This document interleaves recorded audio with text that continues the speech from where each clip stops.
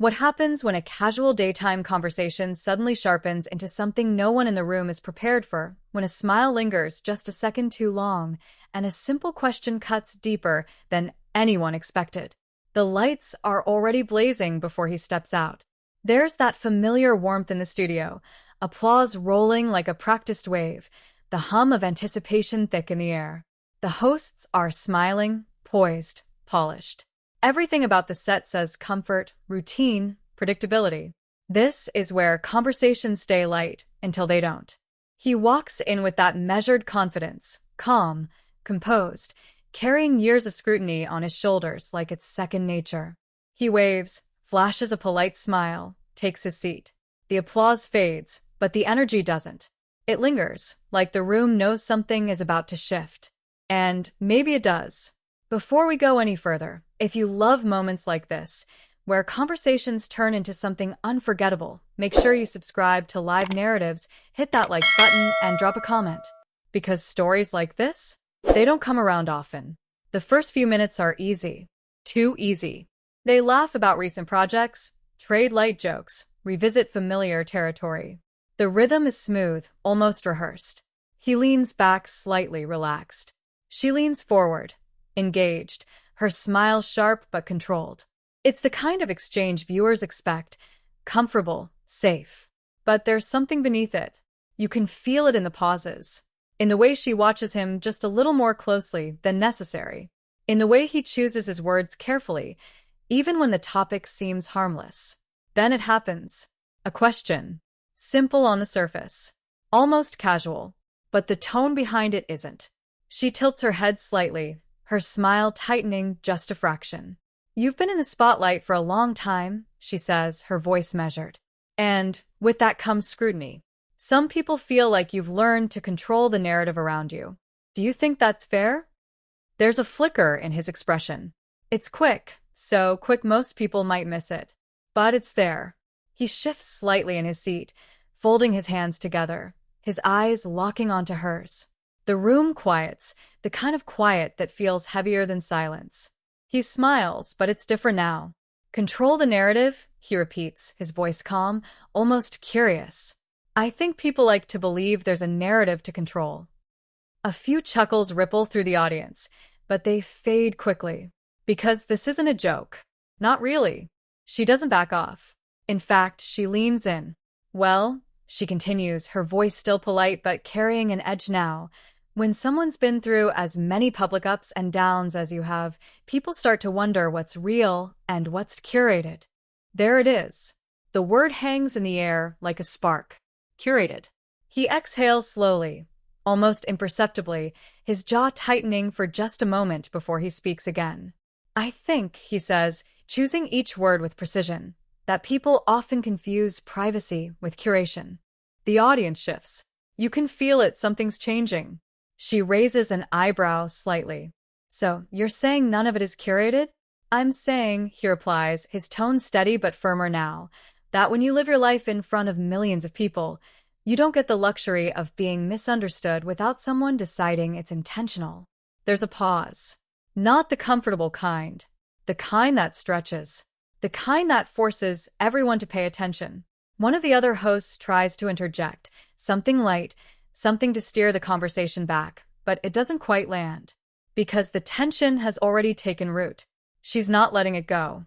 "But don't you think," she presses, her voice still controlled but undeniably sharper now, "that sometimes the way you respond, or don't respond, feeds that perception?"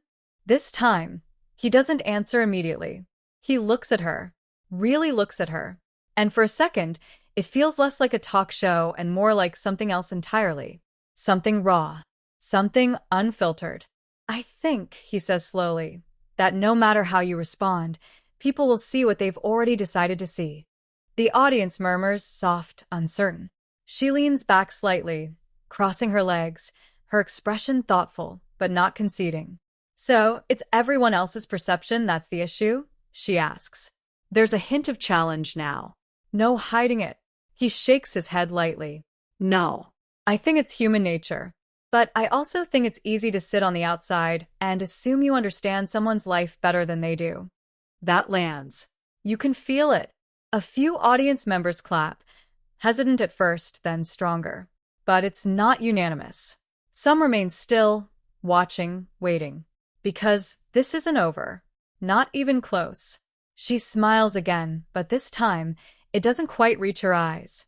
Well, she says, her tone carefully balanced between humor and something sharper.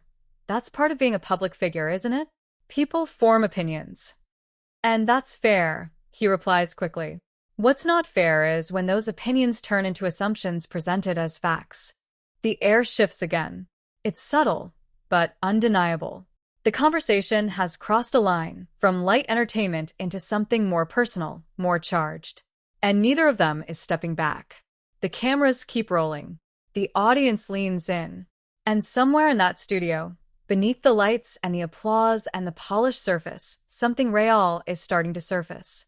Something that can't be smoothed over with a joke or redirected with a new topic. Something that's only just beginning. The shift is no longer subtle. It's there, settled into the room like a quiet storm that no one quite knows how to interrupt. The laughter that once filled the space has thinned out, replaced by a kind of cautious silence. Even the audience, usually eager to react, seems unsure when, or if, they should respond. He sits a little straighter now, no longer leaning back into the comfort of a chair. There's a quiet alertness in him, like someone who realizes the ground beneath the conversation has changed. And she knows it too. But instead of pulling back, she adjusts her posture, her focus sharpening. There's a purpose behind her next words. You say people turn opinions into facts, she continues, her voice steady but undeniably more pointed. But isn't that sometimes because public figures avoid giving clear answers? There's a ripple through the audience again, quieter this time, more cautious. He doesn't answer right away. Instead, he lets the question sit there, lets it breathe. When he finally speaks, his voice is calm, but there's weight behind it now. Or maybe, he says, it's because clear answers don't always fit into the narrative people are already comfortable with. That lands harder than the last one. She tilts her head slightly, studying him. There's no smile now, just focus. So, you think people want a certain version of you?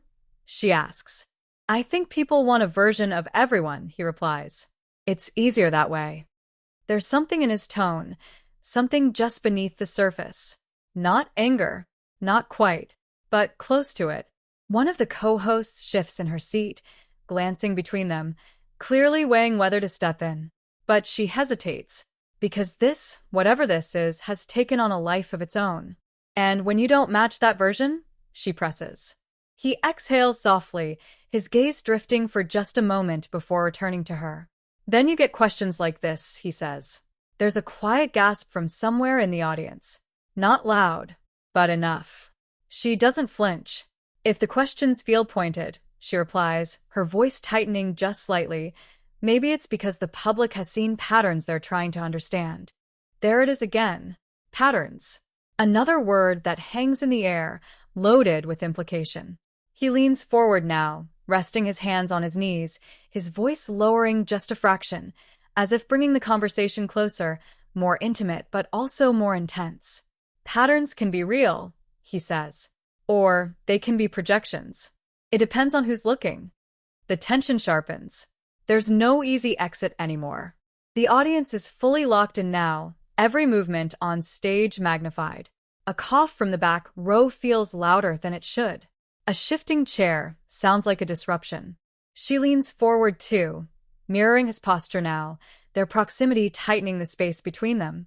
But when those patterns involve relationships, public behavior, decisions that affect more than just you, she says carefully, don't people have a right to ask questions? There's a pause, longer this time, and when he speaks, there's a subtle shift in his voice, something more personal creeping in. People can ask whatever they want, he says. That doesn't mean they're entitled to the answers they expect. The words are calm, controlled, but they hit like a spark against something dry. A few audience members clap again, but it's scattered, uncertain. Others remain completely still, watching the exchange unfold like it's balancing on a knife's edge. She leans back slightly now, crossing her arms, not defensively, but deliberately. So, where's the line then? She asks. Between privacy and accountability? That question changes everything. You can feel it the moment it lands. Because now it's no longer just about perception, or narratives, or patterns. Now it's about responsibility. He notices it too. His expression tightens, just slightly before smoothing out again. But the shift has already happened. That's a complicated question, he says. It doesn't have to be, she replies quickly. If you're in the public eye, your actions don't exist in a vacuum. And neither do the assumptions people make about them, he counters. Their words are coming faster now, sharper, the space between each response shrinking. You can't expect people to ignore what they see, she says. And you can't expect them to understand what they don't, he fires back. The audience reacts more visibly this time, murmurs growing louder, a few gasps, a few claps that feel more like reflex than decision. One of the co-hosts finally tries again to step in. Maybe we can, she begins, her voice light, almost nervous. But it's too late. The moment has already taken hold. She raises a hand slightly, not dismissing her co-host, but not yielding either. Let me ask you this, she says, turning back to him, her tone quieter now, but somehow even more intense. Do you think you've always handled that balance well? That question lingers. Because this time, it's not about people. It's about him. Directly. There's no room to deflect. No abstract framing. No shifting the focus outward. For the first time since the conversation turned, he hesitates. Not long, but long enough for everyone to notice. His gaze drops briefly, his jaw tightening as if weighing something deeper than the conversation itself. When he looks back up, there's a different energy in his eyes. Less guarded, but also more serious. No, he says. The answer is simple. Unexpected. And it changes the air in the room instantly. There's a ripple through the audience. Surprise, curiosity, a sudden leaning in as if everyone senses that something real has just broken through the tension. She blinks, just once, clearly not expecting that. No, she repeats. He shakes his head. No, he says again, more firmly this time. I don't think anyone does. Not perfectly. The sharpness in the room softens just slightly, but only for a moment, because she doesn't let it settle. So then, she continues, her voice quieter but still unwavering, when people question those moments, isn't that part of the consequence? And just like that, the tension snaps back into place, stronger than before. He leans back slowly, his expression shifting again, not defensive, not angry, but something more complex, something heavier. Questioning is one thing, he says. Judging without context is another. And who decides what context is enough? She asks immediately. Their eyes lock. The room holds its breath. And in that moment, it becomes clear to everyone watching. This isn't just a conversation anymore. It's a collision. And neither of them is ready to step away from it. The collision doesn't explode. It tightens, like a wire being pulled from both ends, silent, invisible, but straining under pressure that everyone in the room can feel now. The kind of tension that doesn't need raised voices to be understood. It's in the stillness, in the eye contact that lasts just a second too long. He doesn't break her gaze. Not this time. And she doesn't look away either. For a brief moment, everything else fades. The cameras, the audience, the co-hosts shifting uneasily in their seats. It's just the two of them now, locked in something far more personal than the show was ever meant to hold. And who decides what context is enough? She had asked. The question still hangs between them. He inhales slowly, measured, like someone choosing whether to step forward or finally draw a line. I don't think anyone gets to decide that for someone else, he says at last, his voice calm but carrying a new kind of weight. Context isn't something you hand over like a statement. It's something you live. There's a murmur in the audience, quieter now, but more engaged than ever. They're not reacting loudly anymore. They're listening, really listening. She studies him, her expression unreadable for a moment. Then she tilts her head slightly, her tone shifting, less confrontational on the surface, but somehow more precise. But if you don't share that context, she says, aren't you leaving space for people to fill in the gaps themselves? He nods once, almost immediately. Of course, he replies. That's inevitable. Then isn't that part of the responsibility? She presses. There's that word again. Responsibility. It lands differently this time. He leans forward again, slower now, his movements more deliberate, as if he's stepping into something he can't step back from. Responsibility to who? He asks. The question is quiet, but it hits harder than anything he's said so far. She doesn't hesitate. To the people who support you, to the audience, to the people who feel connected to your story. He lets that sit. And for the first time, there's a faint shift in his expression, not irritation, not defensiveness, something closer to disbelief. Connected to my story, he repeats softly. The audience senses it immediately. Something deeper is surfacing. Yes, she says, her voice firm. That's what being a public figure is. People invest in you. They follow your journey.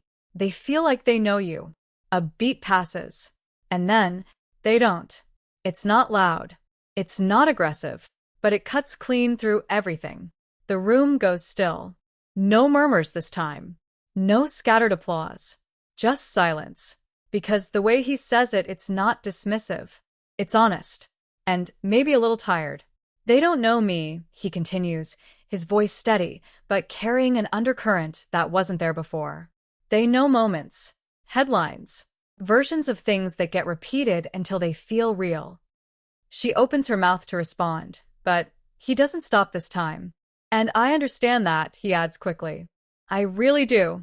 It comes with the territory. But there's a difference between following someone's work and believing you understand their life. The audience shifts again, but this time it's different. Less tension. More reflection. She watches him carefully, her posture softening just slightly, but not her focus. So you're saying that connection isn't real? She asks. I'm saying it's one-sided, he replies. That lands. Hard. A few quiet reactions ripple through the crowd. Some agreement, some discomfort. She leans in again, her voice lowering. But that one-sided connection is what builds careers like yours, she says. It's what keeps people invested. Doesn't that come with some level of openness in return? There's no hesitation this time. No, he says. The word is immediate, definitive, and it changes the rhythm again. Because now it's not just a discussion, it's a stance. I'm grateful for the support, he continues, his tone still controlled but undeniably firmer. I respect the audience. But my personal life isn't a transaction. It's not something I owe in exchange for attention. A mix of reactions breaks out, some applause, some murmurs of disagreement. The divide in the room is becoming visible now. She doesn't react to the audience. Her eyes stay on him. But when your personal life becomes public, she counters, whether you choose it or not, doesn't that change things? It changes what people see, he says, not what they're entitled to. The words overlap slightly, faster now, sharper. She sits back again, exhaling through her nose, as if recalibrating. For the first time, there's a flicker of something else in her expression. Not retreat, but recognition. That this isn't going to be easy to steer. One of the co-hosts finally steps in more firmly this time, her voice cutting gently into the moment. I think what people are trying to understand, she says carefully, is where that boundary exists for you. It's a lifeline, a chance to soften the exchange. He glances toward her, and for a second, the tension eases. But only slightly. The boundary, he says, turning back to the table, is whatever I choose not to share.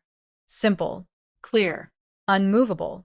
She nods slowly, but there's a subtle tension in her jaw now. And when people push past that boundary, she asks. His eyes meet hers again. And this time, there's no hesitation, no softening. Then it stops being curiosity, he says, and starts being something else. The implication hangs there, heavy, uncomfortable. The audience feels it, some shifting in their seats, others leaning forward even more, drawn into the gravity of what's unfolding. She holds his gaze for a moment longer. Then, quietly, what has it become? The question is softer than anything she's asked so far.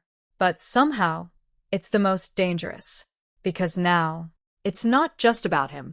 It's about everything surrounding him. The noise, the headlines, the scrutiny, all of it. He exhales slowly, his expression tightening just slightly before he answers. It becomes invasive, he says. The word lands like a final note in a piece of music that's been building all along. And, for a second, no one moves. No one speaks. Because the conversation has crossed into something deeper than debate. Something raw. Something real. And as the silence stretches, it becomes clear. This moment isn't just being watched. It's being felt. And it's far from over. The word lingers. Invasive. It doesn't echo loudly, but it sinks deep and heavy into the room. You can almost feel it settling into the audience, into the hosts, into the space between them like something that can't be easily brushed aside. For a moment, no one speaks. Even the cameras seem to hesitate, as if unsure where to land.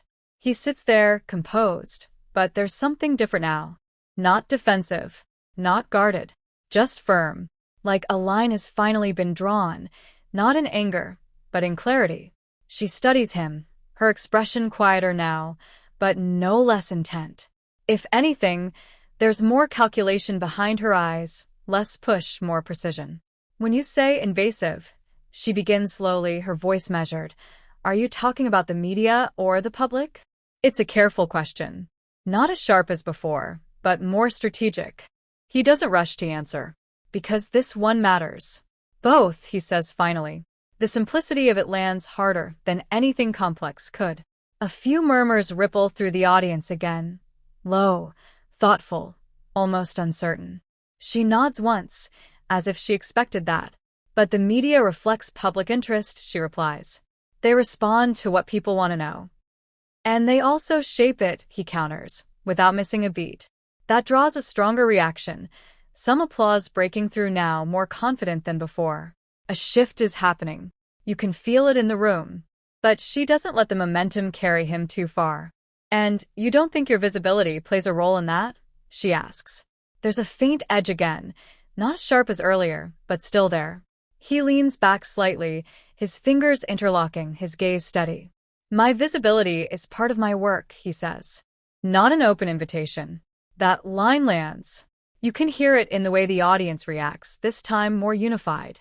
A stronger wave of applause rolls through the studio, followed by a few scattered cheers. For the first time, the balance in the room feels like it's shifting. But she notices it too. And instead of pushing harder, she pivots, subtly but deliberately. No one's saying it's an invitation, she says, her tone softer now, almost reflective. But when your life becomes part of public conversation, it's hard to separate the two. There's a pause. This time, it's not tense. It's thoughtful. He nods slightly, acknowledging the point, but not conceding. I get that, he says. I really do. But there's a difference between something being talked about and something being taken. The wording catches her attention. Taken, she repeats. He leans forward again, his voice lower now, more grounded. Yeah, he says. Moments taken out of context. Decisions reduced to headlines. Personal experiences turned into something consumable. The room quiets again, but this silence feels different. Less charged. More reflective. Even she doesn't interrupt right away. And after a while, he continues, it stops feeling like people are trying to understand you. It feels like they're trying to define you. That line hangs there. And this time, the reaction isn't immediate applause. It's something deeper. A shift in perspective. A few audience members nod. Others glance at each other. There's a shared awareness settling in, a recognition that the conversation has moved beyond confrontation into something more complicated. She exhales slowly, her posture relaxing just slightly. So, what would you want instead? She asks. It's not a challenge this time. It's a genuine question. And that changes everything. He pauses. Not because he's avoiding the answer, but because he's choosing it carefully. I think, he begins, his voice softer now, less guarded. I think I'd want people to accept that they don't need to know everything to appreciate something. There's a quiet murmur of agreement. No resistance. No tension. Just understanding. But she doesn't let it settle completely. Do you think that's realistic? She asks gently. He smiles faintly, his first real smile since the conversation turned. Probably not, he admits. A few light laughs ripple through the audience, easing the atmosphere just a little. But I think it's worth saying anyway, he adds. There's something disarming about that. Something honest. For a moment, the edge between them softens. Not gone, but softened. One of the co-hosts takes the opportunity, leaning in with a small, reassuring smile. I think people forget sometimes, she says, that there's a human being behind the headlines. That draws a warm response from the audience, applause that feels less reactive, more appreciative. He nods, glancing toward her. Exactly, he says. But the moment doesn't fully resolve. Because she's still there. Still watching. Still thinking. And at the same time, she adds, her voice calm but steady, people also connect to those headlines because they see parts of themselves in them. That's where the interest comes from. It's not an attack. It's a counterbalance. And he respects it. You can see it in the way he listens this time, not interrupting, not pushing back immediately. That's fair, he says. The words land gently, but they carry weight. A small shift again. Mutual acknowledgement. But not agreement. Connection isn't the problem, he continues. It's when that connection turns into ownership. There it is. Another line drawn. Clear. Unmistakable. The audience reacts again, stronger this time, more confident in their response. Applause builds, filling the space in a way it hasn't since the conversation began. And for the first time, she doesn't interrupt it. She lets it happen. Lets the moment breathe. Lets his words settle. When the applause fades, she looks at him. Not with challenge this time, but with something closer to understanding.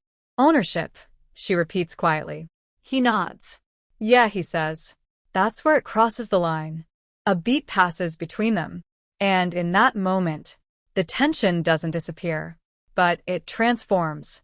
From confrontation into something more complex, more human. But just as the room begins to settle, just as it feels like the storm might finally be passing, a voice from the audience cuts through. Clear. Unscripted. Unexpected. But isn't that the price of fame? The room freezes. Every head turns. The hosts glance toward the crowd. And just like that, the calm fractures. Because now the conversation isn't just between them anymore. Now, it belongs to everyone. The question doesn't just hang in the air. It cracks through it. But isn't that the price of fame? You can feel the entire room shift in response. Heads turn. Cameras pivot. Even hosts, trained to maintain control, hesitate for just a fraction of a second too long. Because that question? It's raw, unfiltered, and impossible to ignore. He hears it clearly. Of course he does. His eyes move toward the audience, scanning for a moment, not searching for the person who said it, but acknowledging the weight of what was just asked. There's no irritation in his expression, no visible frustration, just recognition, like he's heard that question 1,000 times before. But this time, it's different, because now it's not coming from a headline or a journalist or a carefully phrased interview. It's coming from the room, from the people watching.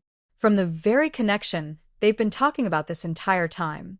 The host turns slightly, ready to redirect, to smooth it over. Let's keep things, she starts. But he lifts a hand gently. Not dismissive.